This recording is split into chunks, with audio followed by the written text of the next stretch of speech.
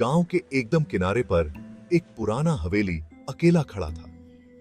बस्करविल गांव का हवेली। कभी यह हवेली बहुत भव्य हुआ करता था, अब बस एक खंडर बन के रह गया था।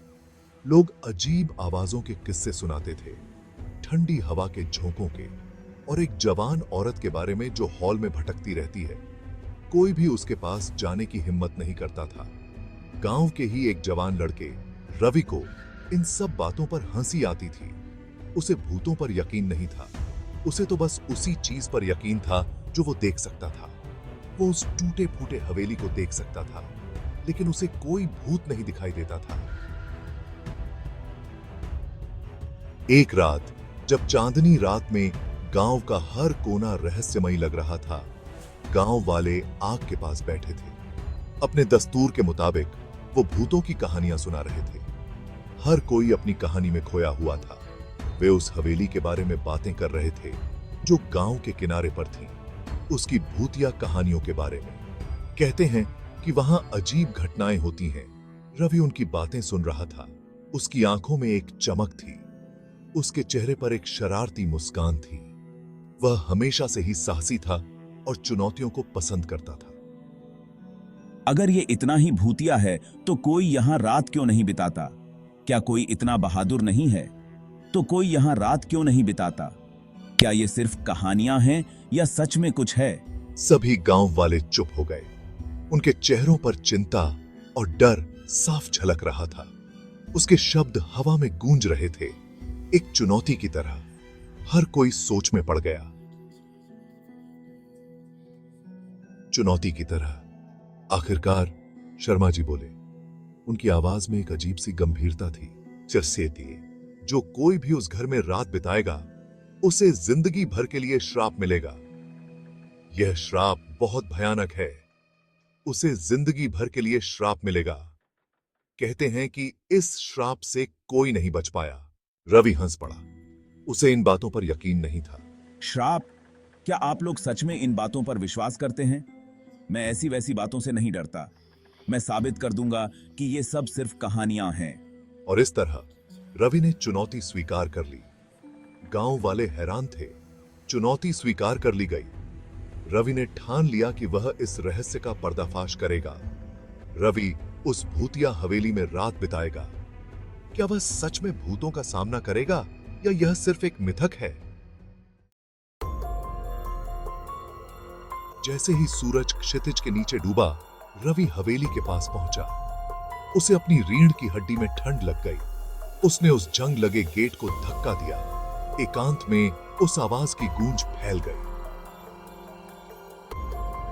वो उस घास से भरे रास्ते पर चल पड़ा। हर कदम उसे उस विशाल इमारत के करीब ले जा रहा था। वो मुख्य द्वार पर पहुंचा। वह बहुत भारी और अलंकृत था। उसने एक गहरी सांस ली और उसे धक्का दिया। दरवाजा चीखते हुए खुला। ऐसा लग रहा था जैसे अंधेरा चीख रहा हो। अंदर की हवा ठंडी और स्थिर थी। धूल और सड़ान सी गंध आ रही थी। घंटे बीतते गए। रवि हवेली में घूमता रहा। मकड़ी के जाले उसके चेहरे से चिपक गए। धूल उसके पैरों के चारों ओर उड़ रही थी। उसे कुछ भी असामान्य नहीं लगा। वह एक धूल भरी खिड़की के पास बैठ गया। चांद ने फर्श पर लंबी भयानक परछाई डाल दी थी। सन्नाटा एक फुसफुसाहट से टूट गया। एक नाम। राज। राज। रवि घूम गया। उसे कुछ भी न दिखाई दिया। उसने इसे हवा समझकर अनसुना कर दिया, लेकिन वह फुसफुसाहट फिर आई। इस बार और साफ और उदास। राज, तुम कहाँ हो? वह उस आवाज के पीछे चला गया। यह उसे एक धूल से भरे पुराने कमरे में ले गई। हवा में गम था। उसने उसे देखा। एक जवान औरत। वह चमक रही थी, पारदर्शी, एक भूत। मैं राधा हूँ। S1, आप कौन हैं? उसने फुसफुसाया। उसकी आवाज चाइम्स की तरह थी। और मैं इंतजार कर रही हूँ, अपने प्रेमी राज का इंतजार कर रही हूँ। उसने उसे अपनी कहानी सुनाई। प्यार, विश्वासघात और एक टूटे हुए वादे की कहानी। राधा राज का इंतजार कर रही थी।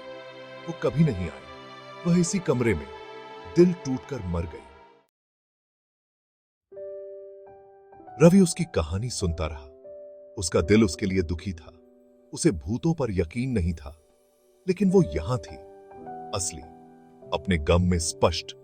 उसे उसकी मदद करने की जबरदस्त इच्छा हुई। मैं उसे ढूंढ लूंगा, मैं राज को ढूंढ लूंगा। राधा उसकी ओर मुड़ी। उसकी आंखों में आशा की एक किरण चमक उठी। क्या तुम ऐसा कर सकते हो इतने सालों बाद? रवि ने हंसी भरी निगाहों से देखा। उसका इरादा पक्का था। मैं वादा करता हूं।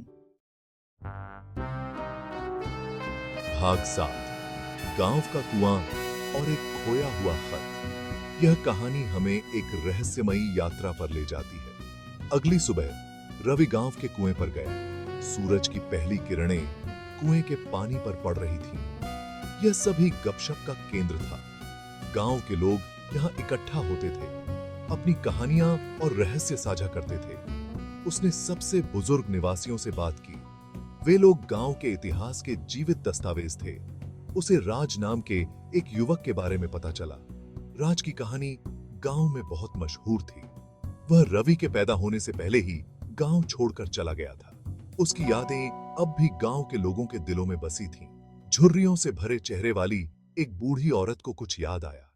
उसकी आंखों में पुरानी यादें तैरने लगी। राज, उसने एक खत लिखा था। यह खत उसकी आखिरी निशानी थी। सुरक्षा के लिए कुएं में छोड़ दिया था। यह खत उसकी प्यारी राधा के लिए था, अपनी प्यारी राधा के लिए। यह खत उनके प्यार का प्रतीक था। रवि को तुरंत समझ आ गया कि उसे क्या करना है। उसे एक रस्सी मिली। वह जानता था कि यह खत बहुत महत्वपूर्ण था। वह खुद को कुएं में नीचे उतारने लगा। कुएं की गहराई में एक रहस्य छिपा था। कुआं अंधेरा और नम था। उसने नीचे हाथ फेरा। उसकी धड़कनें तेज हो गईं। उसकी उंगलियां किसी ठंडी और सख्त चीज से छू गईं। एक धातु का डिब्बा। यह वही खत था जो राज ने राधा के लिए लिखा था।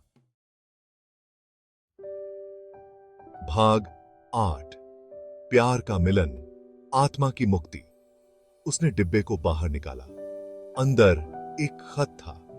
वह जल्दी से हवेली वापस गया। राधा वहां इंतजार कर रही थी। उसने राधा के लिए अपने प्यार के बारे में लिखा था। उसने अपने अचानक जाने का कारण बताया।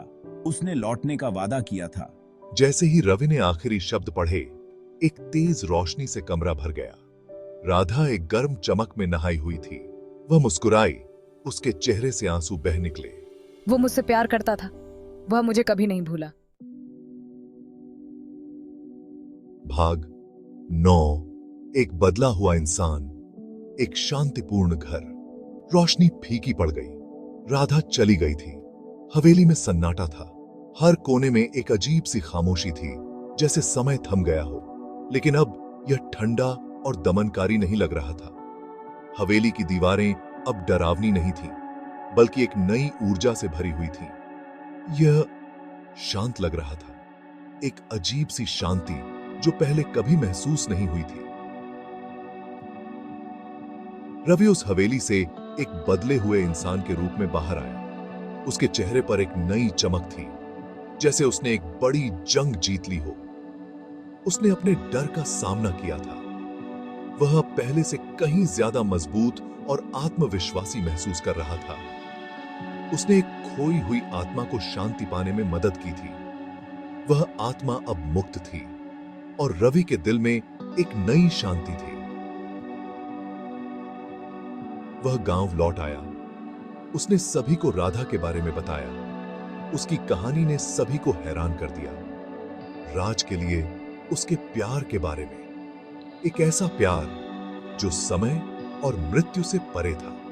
उस खत के बारे में, वह खत जिसने राधा की भावनाओं को उजागर किया था। गांव वाले पहले तो संदेह कर रहे थे। उन्हें यकीन नहीं हो रहा था कि यह सब सच हो सकता है, लेकिन वे रवि में आए बदलाव को नकार नहीं सके। उसकी आंखों में एक नई चमक थी जो पहले कभी नहीं देखी गई थी, और वे हवेली में छाई नई शांति को भी नकार नहीं सके। हवेली अब एक डरावनी जगह नहीं थी, बल्कि एक शांतिपूर्ण आश्रय बन गई थी।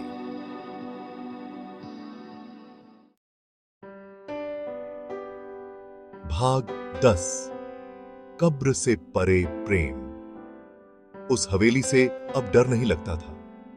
यह एक यादगार बन गया, एक यादगार कि प्यार कभी मरता नहीं, कि मृत्यु में भी शांति की आशा है, और कभी कभी इसके लिए बस थोड़ी सी हिम्मत की जरूरत होती है, और जो हम देख सकते हैं उससे परे किसी चीज पर विश्वास।